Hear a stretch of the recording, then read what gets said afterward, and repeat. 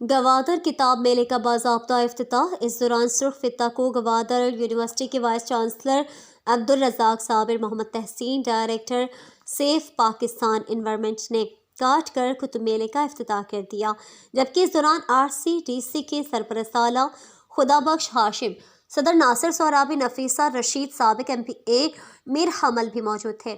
اس سے یشتر، اکبر یونس اور دیگر نے عطا شاد کی ایک خوبصورت نظم پیش کی اور تقریب کا آغاز ہوا، جس میں مقررین میں لاہور سیف پاکستان کے محمد تحسین، سابق صوبائی وزیر میر حمل کنمتی، ڈپٹی کمشنر حمود الرحمان رانجھا، پروفیسر AR داد، نفیسہ رشید اور دیگر نے خطاب کیا اور کہا کہ سیلاب نے گوادر کو تباہ کیا۔ موسمیاتی تبدیلی سے اکثر و بیشتر سیلاب آتے ہیں، آسمان پر ایمیزون کی لہروں سے طوفان آتے ہیں۔ اس وجہ سے گزشتہ 2 سالوں سے سیلاب کی کیفیت رہی ہے۔ ہمارے خدشات اور نقصانات کی تلافی کی جائے، ورنہ گوادر اور تمام ساحلی پٹی ڈوب جائے گی۔ مقررین نے مزید کہا کہ کتابوں اور لائبریریوں کے وجود سے ہماری زندہ ہے۔ کتب میلہ کا انعقاد RCD کی بڑی جدوجہد اور ان کی کوششوں کے ثمر ہے۔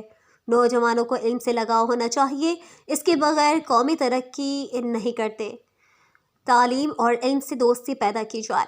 گوادر اور بلوچستان کے نوجوانوں کو علم دوست قرار دیا گیا ہے، یہ ایک مثبت عمل ہے، اسے برقرار رکھنے کی کوشش کریں۔ اسٹیٹ کو بھی کوشش کرنی چاہیے کہ ایجوکیشن کے بغیر ملکوں کی ترقی ناممکن ہے۔ اسکولوں میں پڑھانے والے اساتذہ اپنی کوشش جاری رکھیں۔ اسکولوں میں ہم سولر سسٹم لگائیں گے۔ یہ بلوچستان اور گوادر کی مٹی زرخیز ہے، بس ہمت جدوجہد کی ضرورت ہے۔ انہوں نے افسوس ظاہر کیا کہ حکمران کتابوں سے وفزدہ ہیں۔ کتابوں پر پابندی لگاؤ گے تو لوگ اور کتابیں لکھیں گے، ان کے سینے کتابوں اور علم سے خالی نہیں ہوگا۔ کسی زمانے میں 8 سے لوگ مائیگرینٹس ہوتے تھے، اب سیلابوں سے پریشان ہیں، اوزون کی چادر پھٹ گئی ہے، کئی ممالک میں برف پگھل رہی ہے۔ اس طرح طوفانیں آتی ہیں، ساحل ڈوب جاتے ہیں۔